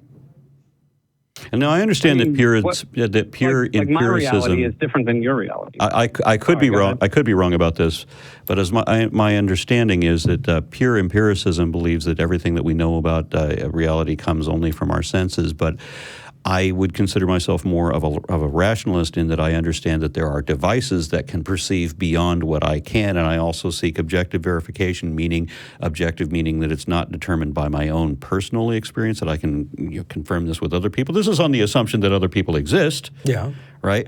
Because I think it would be the height of arrogance to assume that I have my own reality. I think I share a reality with a whole lot of other people. Well, definitely, if it was my own reality, there would be a lot less people in it. A lot of people that I don't like would not be here. If I was going to have my own reality, it'd be better than this. Yeah, but I don't understand. I asked you to tell us where God exists and where God fits in, and you said, what is reality? Yeah, help me out here. I'm sorry, it all ties to, okay. My perception of reality, when I use the word perception to identify me, only me, and say someone else's perception may be different. So when I look at the world or I look at my relationships, I perceive them in a certain way outside of the way they perceive me. Does that make sense? Sure, but we live in a shared reality. So if you and I were to stand in front of a table, or if we were to look at this jar of gumballs that I'm holding up, and I was to say, this is a jar of gumballs, and you look at that jar of gumballs, look back on your past experiences with gumballs and jars, and agree that that is a jar of gumballs, then we're in agreement that it's a jar of gumballs. Even if There's an even amount in there, by the way. you are a heretic and you'll burn. So when we're talking about that, even the language that we're using is built on shared assumptions, right? So can we agree that we both exist? Can we? Yeah. Yes. Okay. On the assumption that you and I both exist equally, then the reality that we both exist in, even if it's an illusion, it's still our reality. So even if this reality is an illusion, we still have to live by the rules. And if I find footprints on the beach in this reality, that means that in this reality somebody walked on that beach. So evidence still means something. So talking about whether this reality is real or not is more or less negated. Do we agree on that? Okay. Okay. Yeah, I can agree with that. Okay, Now, so within the reality that you and I both know, what is your indication or understanding of your God? Well, the cumulative case of all the traditional arguments that you've heard between the Quran, the teleological, moral, all the arguments thrown together, do all of them together hold any weight at all? No. I mean, okay. 0 plus 0. Yeah, if you build your house with nothing but broken bricks, it's not going to stand, even if you have a whole bunch of them. Now, do you understand how those cases and those arguments can be compelling to someone else? Oh yeah, absolutely. I was not only once upon a time a Christian. As I mentioned earlier in the show, I was a neo-pagan. I was a Jedi. I believed all kinds of things. I once believed everything necessary to be a Ghostbuster. I believed in spirit photography, astral projections, full trance mediums, the Loch Ness Monster, the theory of Atlantis, all of that. And there wasn't even a steady paycheck in it for you. And I bragged, because I was raised in a culture that you're supposed to brag about your faith, right? I bragged that I was so credulous that I believed in all these things. I know how easy it is to convince yourself of these sorts of things. And that's the reason that I became so skeptical, as I realized in a critical moment in my neo-pagan career, I realized that I was not actually showing people things that really exist. I was creating an illusion that would align or sync with what they already believed. And so I could make people see things, hear things, feel things if they already believed. And all I had to do was use suggestion or ambiance. And when I realized the way the illusion worked and that it was an illusion, I realized in a moment that I wasn't just fooling them into believing this, I was fooling myself. And that was a harsh reality for me to look into, that I was doing things, I was performing rituals and such that were deceiving me. Now, from the Christian perspective, that's exactly what we would expect you to say, because the very passage I'm sorry, I don't want to get all pastoral on you here.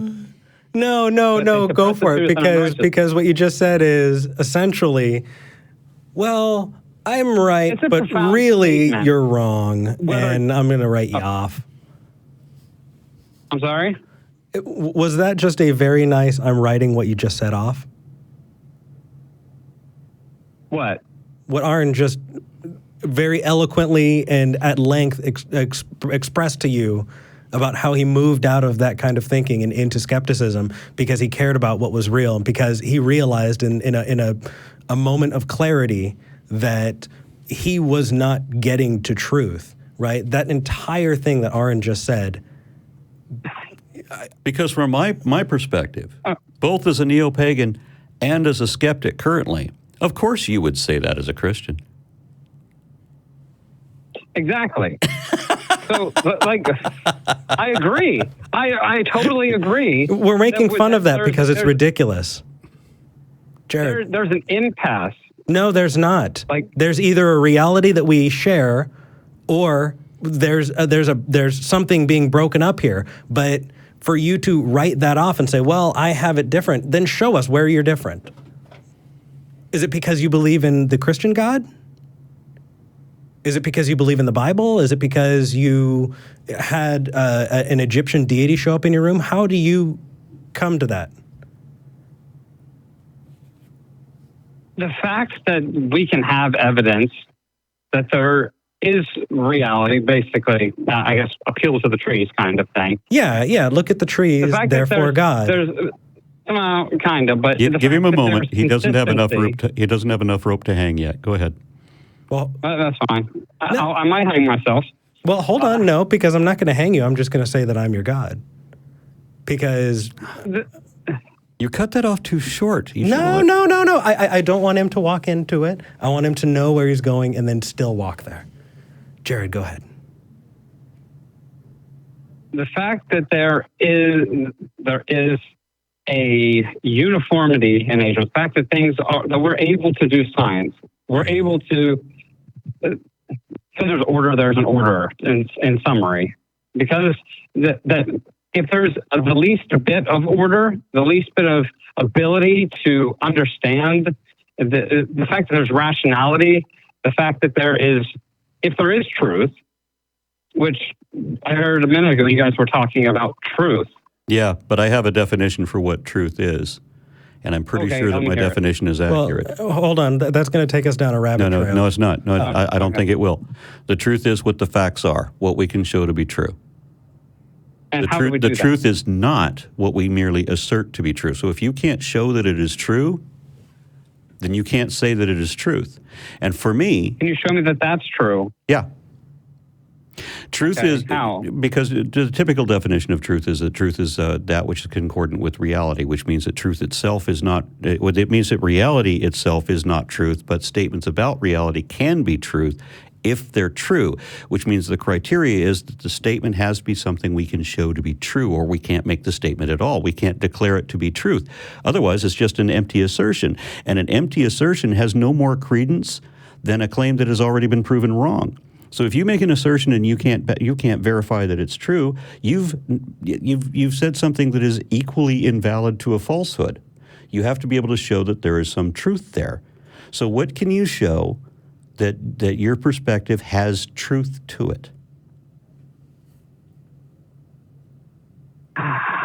Let me. Well, we heard. This is why. We heard the Go ahead. uniformity of reality, right? I caught on to that one. I'm glad you noticed my work. I tried really hard. Okay, we come by truth. I have to re-go through what Aron just said. To come by truth is on facts. I'm kind of summarizing, and I'm probably going to get it all wrong. But we come by facts. How do we come by facts? Through facts are just a fact is just objectively verifiable data. It's something that is either not in dispute because we can talk about a hypothetical situation where we will both agree on a certain premise, or that certain in a case of certain details, then we can draw these conclusions. Those certain details we decide to agree on. This would be the facts of the story, for example, or of the hypothetical situation. Or otherwise, we can refer to a fact as not indisputable because it is objectively verifiable. So I may argue that the Bible says this, and you'll say that it doesn't say that. Well, I can open up the book and show, and if it says what I said it said, then I've demonstrated the fact. And if it turns out that I haven't, well, then I misremembered that because, our own personal memories and experiences are unreliable. So we need something that is objectively verifiable. We need to be able to go to the data. What does the data say? So we can establish what the fact is, and that has to be objective. It can't be, it can never be that it's true for me, or we all have our own truth. Agreed. That doesn't work. Right. When you use the word data, and like data and evidence, those, to me, I take them as scientific terms. Yeah, they basically are. I mean, for me, and I realize that this is different for history, because history has a little different context on this, but generally in science, evidence is a body of facts which are positively indicative of or exclusively concordant with one particular position over any other available. Would you agree with that? Can you repeat that? Sorry, Yes, my definition I'm a terrible Christian. My definition of evidence is a body of facts which are positively indicative of or exclusively concordant with one position over any other available. Meaning it's a collection of facts that wouldn't.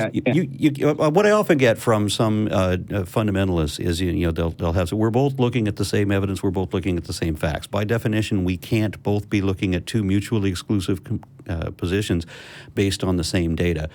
It's not a fact by itself is just a fact. It doesn't become evidence until it indicates that one or the other is correct. So we can't use the same fact to indicate that both are correct. Does that make sense? Yeah, I guess kind of what you're saying is when you have two bodies you have the evidence right in front of you, two people come to two different conclusions. One's either right, one's wrong. Yeah, now the analogy that I like to use, because a lot of people have difficulty understanding what evidence is, if you have been told that no one has ever been on this island before, as you pull your boat up to the island, you've been convinced because you've always been told nobody's ever been here, and as soon as you get up there, you see footprints across the beach, and they have the Nike label on them, and you're not wearing Nikes. Okay, so you have that fact, the footprints on the beach, that fact indicates that somebody has already been there. And people would say, well, we're both looking at the same facts. Well, how can the fact of the footprints on the beach how can that be used as evidence that nobody's been here? Obviously, that can't be the case. Now, if the same fact would be true in either case, right, like who owns this property, well, that the Nike footprint would still be a Nike footprint regardless who owns the land, so that's not going to be, that fact is just a fact. It's not evidence of anything. Of either side of that argument. In the analogy, if the assertion or the thing that I'm told, which would be, I guess, an assertion of that there was no one on the island, and I saw a Nike footprint, if I knew that as a fact that no one was on the island, and I saw a Nike true footprint, I would have to think if it's a fact, then I would have to come to the logical conclusion that just happened. Like if it's a naturally. Fact. I don't understand what you're saying. You're saying if you know it as a fact that nobody's been to that island and you see the footprint, you're going to discredit the footprint and assume that because it's not a fact that nobody's been to that island. That's the accepted premise. And the fact is the footprint. All right, then if it's an accepted premise, then that's, yeah. Yeah, it becomes, if it's objectively verifiable that nobody's ever been to that island, and I don't know how you would verify that no one's ever been to an island, but let's just say we'll need another analogy for that one, but yeah. Yeah. In order to know that no one's been on the island, you would have to have been to the island to know that no one was there in the first place. And then you've been there, and then you disprove yourself. Then, right. Well, that was a fun little circuit. So, I mean, but you actually said that you would take the fact that nobody, because you have the prior belief that nobody's been to the island, and when you see the line of footprints, you would discard that or ignore that and continue to believe that nobody's been to the island? If it was a fact, yes, based on like satellite images or whatever, and it was observed 24/7 for the... Wait. How many observers from how far away does it have to be? You pull up your boat to the beach, you see the line of footprints. I can see them too. I'm in the boat with you. We both see the footprints. That someone's been there. Exactly. Because that is way more likely than the ocean randomly making, Nike footprints with the logo on the beach. Now, we don't need satellite photos. We don't need 24-hour surveillance.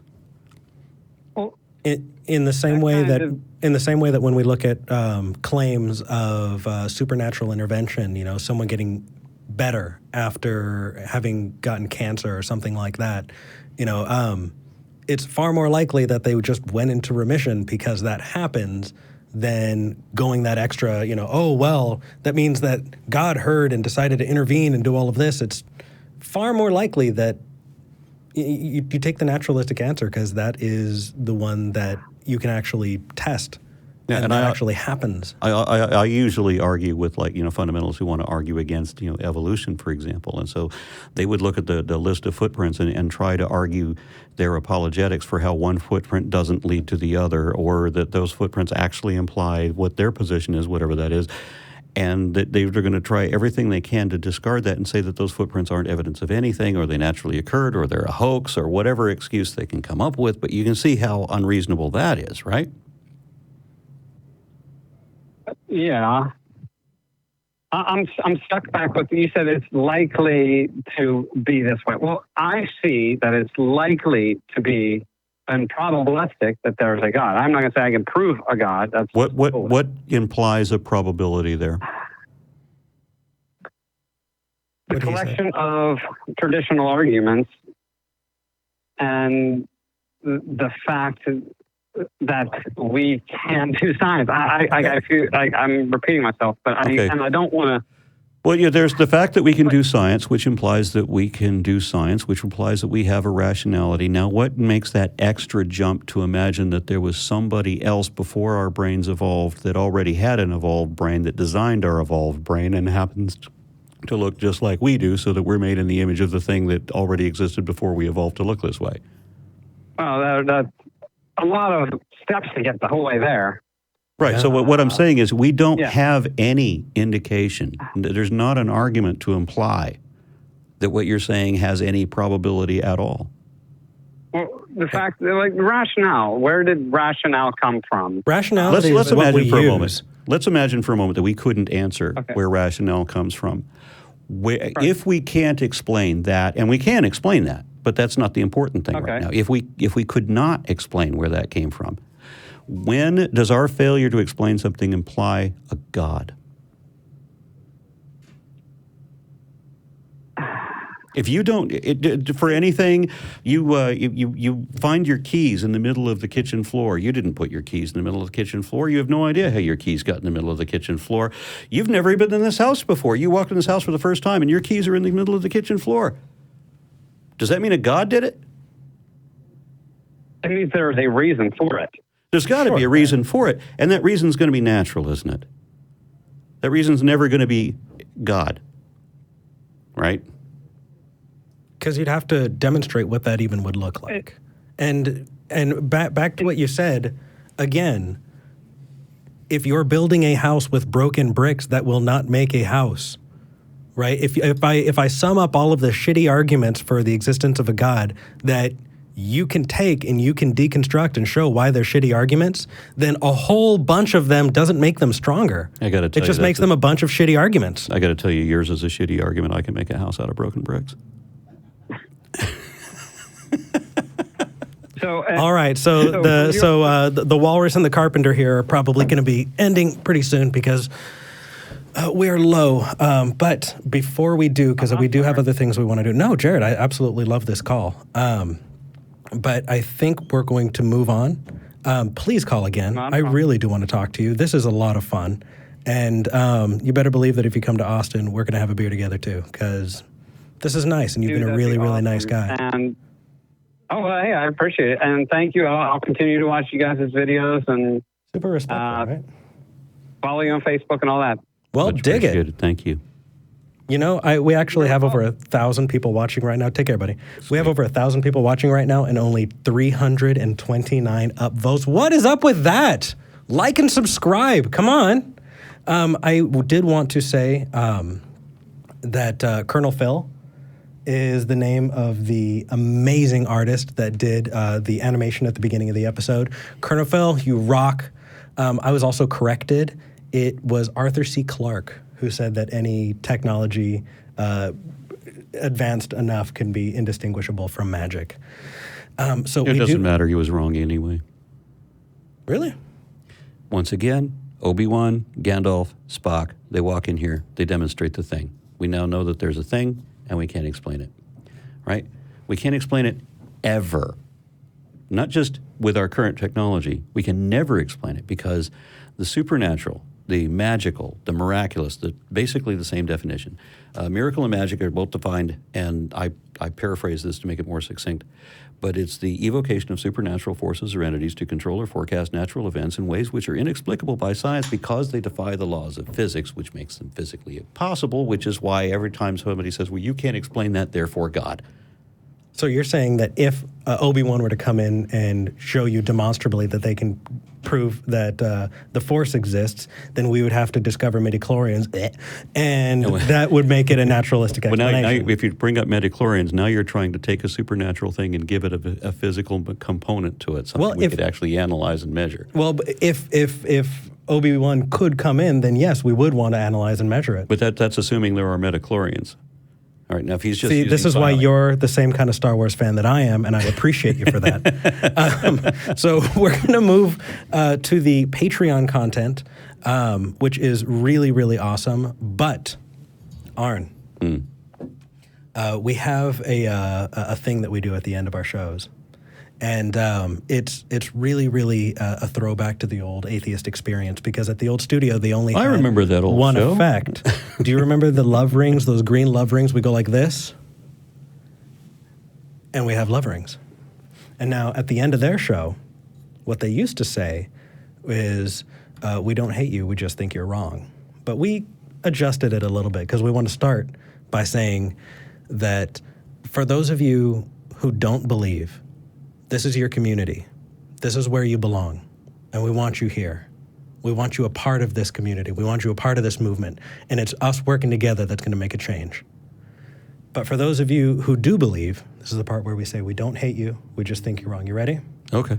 We don't hate you, we just think you're wrong.